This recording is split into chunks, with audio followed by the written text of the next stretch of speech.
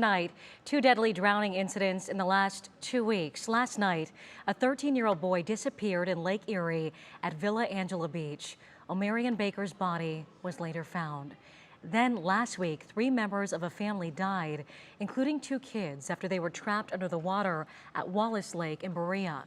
The recent drownings putting water safety top of mind for so many. But learning to swim is an area where race and class intersect, with communities of color most at risk when in the water.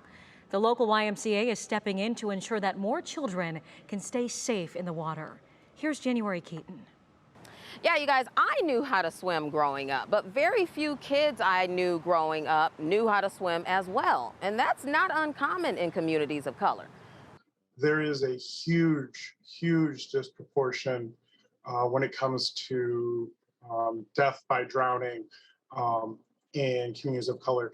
As the weather continues to heat up in Cleveland and families head to pools and waterways to cool off, Cleveland YMCA Aquatics Director Philip Hearn says the Y wants to make sure children of color can enjoy the water this summer safely. According to USA Swimming Foundation, which collects data about drowning based on socioeconomics, 40% of white children and 45% of Latino children have little to no swimming ability. But black children, at 64%, is the group with the least ability to swim.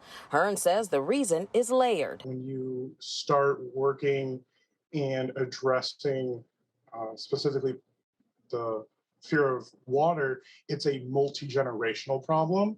Meaning if grandma couldn't swim, then mom probably couldn't swim, and you probably can't swim either, and so on. And then in a lot of cases, it's also just the cost of it. Hearn says no other organization in Northeast Ohio except the YMCA offers financial assistance for swim lessons. Earlier this year, the Y applied for and received a $10,000 grant from the USA Swimming Foundation to provide free or reduced cost swim lessons to children of color in the community. We have this great big giant body of water just north of us with Lake Erie. It's an inexpensive place to go and cool off, but if you don't know how to swim, and you don't know how to be water safe, it can be very dangerous and deadly.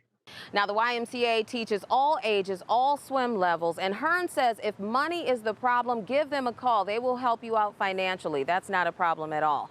Now, for more information on the YMCA's free and low-cost swim lessons, go to our website, WKYC.com. In Cleveland, January Keaton, 3 News.